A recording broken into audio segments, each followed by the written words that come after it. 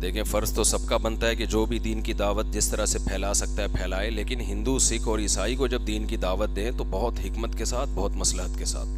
ایسے ڈائریکٹ کسی کو کہنا کہ تم مسلمان ہو جاؤ، اس سے انسان ضد میں آتا. آپ جو پراپر اسٹڈی کر کے جائیں، جو اسلام پہ اعتراضات ہوتے ہیں ان اعتراضات کا آپ جواب دیں، تو وہ خود بخود سمجھتے چلے جائیں گے کہ اسلام برحق ہے، اور پراپر وے میں، بہت مثبت انداز میں. تو اس طرح سے کام کریں، ادروائز آدمی خاموش رہے تو پھر زیادہ اچھا ہوتا ہے. تو کوشش کریں اس طرح سے. یونیورسٹی میں تو کام کرنے کی بہت شدید ضرورت ہے. جی، ان کا سوال یہ ہے کہ صحابہ کے دور میں بھی اختلافات ہوئے ہیں، لیکن فروعی مسائل میں ہوئے نا، عقیدے میں تو اختلافات نہیں ہوئے. تو آج تو فرقوں میں اختلافات ہو رہے ہیں عقیدے کے. تو خوب سمجھ لیں کہ عقیدے کی بھی دو قسمیں ہیں، ایک اسلام کے بنیادی عقائد، اور ایک وہ عقائد جن کے بارے میں قرآن و حدیث خاموش ہیں، وہ اجتہاد ہے فقہا کا. تو وہ عقیدے جن کو قرآن و سنت نے واضح کیا ہے ان میں کوئی اختلاف آج بھی نہیں ہے، اور اگر وہ اختلاف کرتا ہے تو وہ گمراہ ہے. جیسے عقیدہ توحید ہے، اللہ ایک ہے، ٹھیک ہے نا. اس پر میرے مستقل یوٹیوب پہ لمبے لمبے بیانات ہیں، اگر میں زیادہ لمبا جواب دوں گا تو باقیوں کے سوال رہ جائیں گے. کچھ عقائد ایسے ہیں جو قرآن و سنت میں اس میں وضاحت نہیں ملتی، وہ استدلال کیا گیا ہے. جیسے المحند المفند کے کچھ عقیدے ایسے ہیں، کوئی بھی رائے رکھ لے، یہ بھی رائے ٹھیک ہے، دوسری رائے بھی ٹھیک ہے. تو یہ جو بنا کے پیش کیے جا رہے ہیں نا کہ ہر عقیدہ اسلام کا بنیادی عقیدہ ہے، یہ غلط ہے. ایسا نہیں ہے، ہر عقیدہ اسلام کا بنیادی عقیدہ نہیں ہے. کچھ عقائد ایسے ہیں جن سے قرآن و سنت خاموش ہیں، تو آپ کی رائے کچھ بھی رکھ سکتے ہو اس میں. تو اس وجہ سے بھی کنفیوژن ہو رہی ہے. تو اگر آپ یہ سمجھیں گے کہ بھئی بیسک عقائد میں اختلاف اگر نہیں ہے تو وہ حق پر ہے بس، اس کے بعد پھر راستہ کھلا ہوا ہے. کوئی وہ رائے رکھتا ہے وہ بھی ٹھیک ہے، کوئی دوسری رائے رکھتا ہے. جیسے ہمارا یہ عقیدہ ہے کہ نبی کی مٹی جو آپ کے جسم کو چھوتی ہے وہ عرش سے افضل ہے. اس پہ بہت سارے دلائل ہیں، وہ تو ہمیں بات نہیں کرنے دی محترم نے. تو پھر ہم نے کہا کیونکہ میری نظر میں یہ عقیدہ اتنا اہم ہے ہی نہیں کہ میں اس پہ بیٹھ کے گھنٹوں گھنٹوں بیانات کروں، ٹھیک ہے نا. لیکن اگر کوئی عقیدہ رکھتا ہے کہ نہیں جی عرش افضل ہے قبر سے، تو بھی کچھ بھی نہیں ہوتا اس سے، تو بھی کوئی ایسی ٹینشن کی بات نہیں ہے. ہاں، یہ عقیدہ رکھنا کہ اللہ سے نبی افضل ہو گئے ہیں، یہ غلط ہے. نبی کو ایسا مقام دے دینا کہ اللہ کے برابر کر دینا. تو اللہ کی ایک مخلوق ہے عرش اور ایک مخلوق ہے مٹی. تو اللہ کی ایک مخلوق کو دوسری مخلوق پر فضیلت دینے سے یہ لازم نہیں آتا کہ آپ نبی کو اللہ پہ فضیلت دے رہے ہیں. گڑبڑ یہاں سے آ رہی ہے. باقی جو مسئلہ ہے نا کہ اتنے سارے فرقوں میں کریں کیا، اس پر میں کئی بار بیان کر چکا ہوں کہ کل بدعت ضلالہ، ہر نئی چیز کیا ہے، بدعت ہے. صدیوں سے جو چلا آ رہا ہے نا اس کو چینج کرنے کی کوشش نہ کریں، چاہے وہ قرآن و سنت کا کیسا ہی لیبل لگا دے اس پہ. جو صدیوں سے چلا آ رہا ہے، کیونکہ حدیث میں آتا ہے امت گمراہی پہ جمع نہیں ہو سکتی. جو بھی آپ کو جمہور سے ہٹا رہا ہے، پوری امت سے ہٹا رہا ہے، کتنا ہی اچھا لیبل لگا کے، وہ کبھی بھی سیدھے راستے پر نہیں ہو سکتا. انہوں نے جو مجھے کہا میں اس میں ایکسپرٹ ہوں. ایکسپرٹ ہونے کے دو مطلب ہیں، ایک ہے کہ میں شادیاں کر کر کے ایکسپرٹ ہو گیا ہوں، یہ غلط مطلب ہے.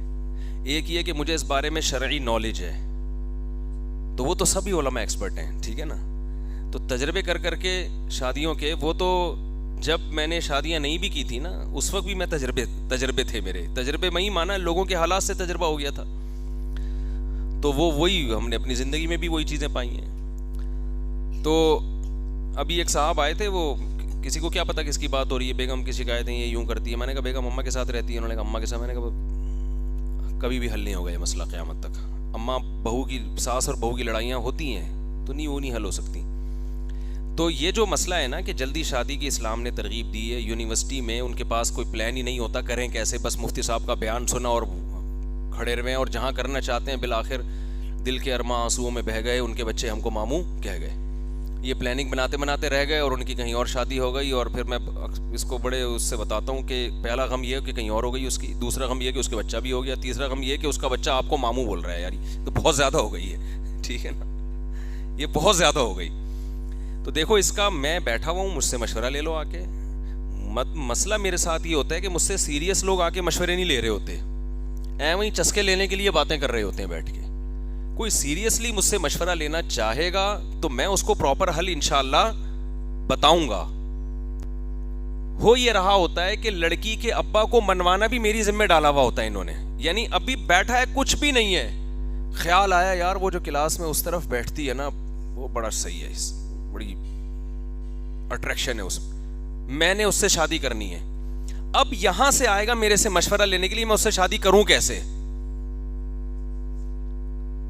یار میں تمہیں پورا انگلی پکڑ کے ایک ایک چیز, یعنی میں تمہاری شادی بھی میں کرواؤں, پھر تم نے نان نفقہ کیسے اٹھانا ہے یہ بھی میں بتاؤں گا تمہیں, ہے بھائی, الگ گھر کا انتظام بھی پھر گویا میں تمہارے لیے یہ نہیں ہوتا بھائی. آپ نے میرے پاس اگر مشورہ لینے کے لیے آنا ہے تو اس اسٹیج پہ آنا ہے کہ لڑکی والے راضی ہو چکے ہوں. اب آپ بتاؤ کہ راضی ہونے کے بعد میں نے کیا کرنا ہے, میرے پاس وسائل نہیں ہے. سمجھ میں آ رہی ہے بات کہ نہیں آ رہی ہے؟ تو میں آپ کو ایک پراپر اس کا سادہ سا حل بتاتا ہوں, لیکن اس میں یک طرفہ معاملہ نہیں ہوتا. یہ لڑکی کے ابا کو بھی اللہ سوچ دے تو یہ ہوگا نا. بیان آدھے لوگ سن رہے ہیں, آدھے سن نہیں رہے.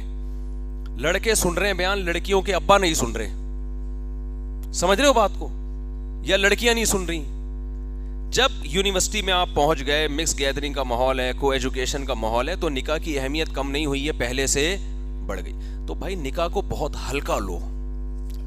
یہ جو مسئلہ ہے نا ہمارے ہاں یار, جیسی شادی کی اوف بھائی شادی, اوف نکاح کوئی بچوں کا کھیل تھوڑی ہے بھائی, ذمہ داریاں بھائی, پوری زندگی بھائی, وہ ایسا بنا کے بھائی, پھر لڑکی والے آ رہے ہیں تو لڑکے والے جا رہے ہیں, پھر یہ بھیج رہے ہیں مٹھائی کے ڈبے, پھر 6 مہینے استخارے ہوئی.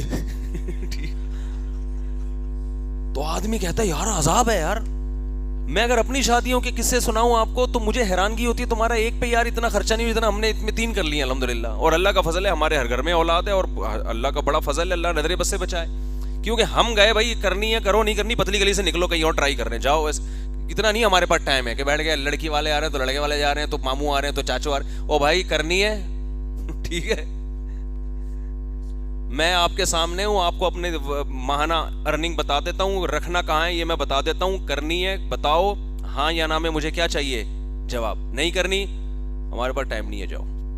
بہت سے لڑکیاں محتاج ہیں, ان کو کھوپڑی میں بات سمجھ میں آ جائے گی, لیکن آپ نے جب طے کر لیا کہ میں نے ادھر ہی کرنی ہے یہاں کے علاوہ نہیں کرنی, تو بھائی انسان کو دنیا میں وہ نہیں ملتا جس کی وہ تمنا کرے. اپنا معیار تھوڑا سا نیچے کر دے. تو اس کو آپ زیادہ ٹینشن والا مسئلہ نہ بنائیں کہ وہ بھائی کیسے ہو. بہت آرام سے لکھا نام ہے گواہوں کی موجودگی میں ایجاب و قبول کا. نکاح نام ہے 2 گواہ سن رہے ہوں, ایجاب و قبول ہو, ٹھیک ہے نا. ویسے بھی تو دوستی تھی نا دونوں کی. بھائی گرل فرینڈ ہے, وہ آپ کی گپ شپ ہو رہی ہے, تو دوستی کو. میں تفریح کے لیے بھی گلگت گیا تو یونیورسٹیوں سے لڑکے اپنی گرل فرینڈس کے ساتھ آئے ہوئے تھے. تو ایک بندہ آیا, کہہ رہے میری گرل فرینڈ کے لیے کوئی پیغام, ویڈیو نا, وہ گرل فرینڈ بھی اس کی ساتھ ہی تھی, وہ تھوڑی ڈر رہی تھی میرے سامنے آتے ہوئے.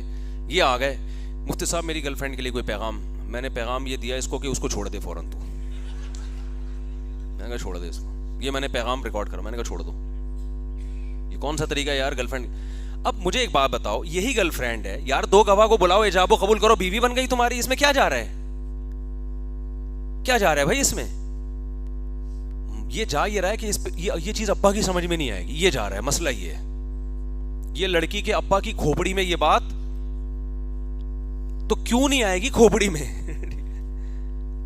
یار تمہاری بیٹی ویسے ہی بوائے فرینڈ کے ساتھ گھوم رہی ہے, کتنا آسان کر دیا ہے, کتنا آسان کر دیا اسلام نے. ہمیں ہندوؤں کی طرح آگ کے گرد 7 چکر لگانے کی ضرورت نہیں ہے, ہمیں کورٹ جانے کی ضرورت نہیں ہے, ہمیں کوئی ٹینشن لینے کی ضرورت نہیں ہے. میں نے تو ایسے نکاح پڑھائے, میں لاہور میں بیٹھا ہوں, لڑکا لڑکی کراچی میں بیٹھے ہیں. انہوں نے کہا نکاح پڑھوا, میں نے کہا بھائی میں لاہور میں ہوں, ابھی پڑھا دیتا ہوں, میرے پاس ٹائم نہیں ہے کراچی آنے کا.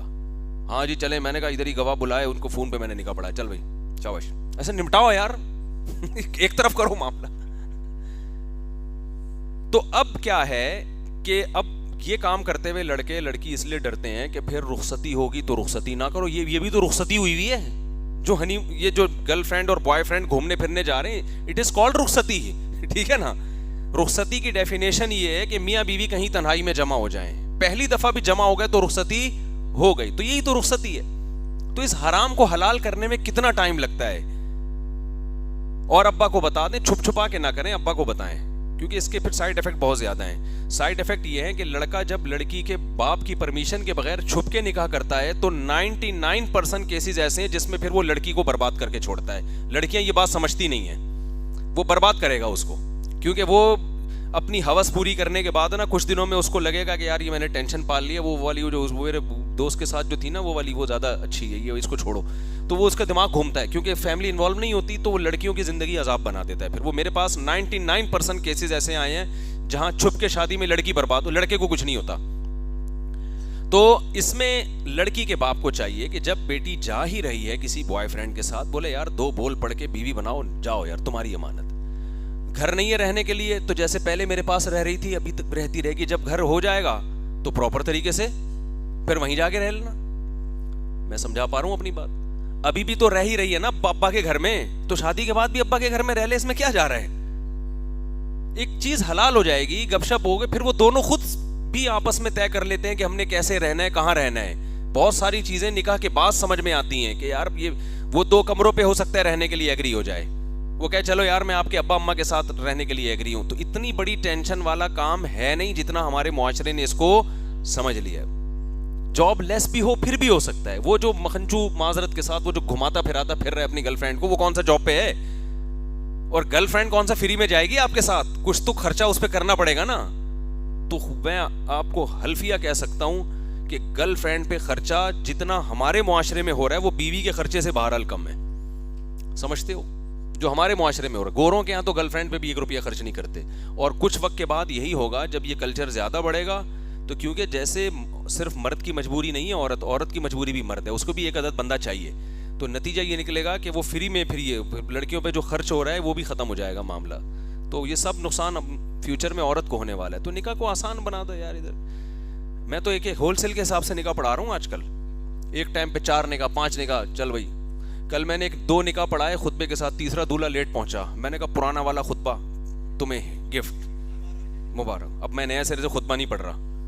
وہ یار ہم لوگ آئے, میں نے کہا بھائی بس ایجاب و قبول کرا, کہہ رہے ہیں وہ خطبہ ہی نہیں ہوا. میں نے کہا وہ جو ابھی ہوا ہے نا وہ والا تمہارا ہو گیا. خیر پھر زیادہ وہ بیچارے ڈر گئے, میں نے پھر ایک اور خطبہ پڑھ دیا, ورنہ وہ گھبرا گئے نا پتہ نہیں کیا ہو رہا ہے. تو آسان بناؤ یار. لیکن یہ باتیں سمجھدار لوگوں کی سمجھ میں آئیں گی. جو ہم لوگ جو رسومات کے بندھے ہوئے لوگ ہیں نا, ان کو یہ چیزیں سمجھ میں نہیں آئیں گی. آسان بناؤ, ہلکا کرو نکاح کو, بہت آسان. گرل فرینڈ کو چھوڑ دو, اسے بولو یار نکاح پڑھو بس.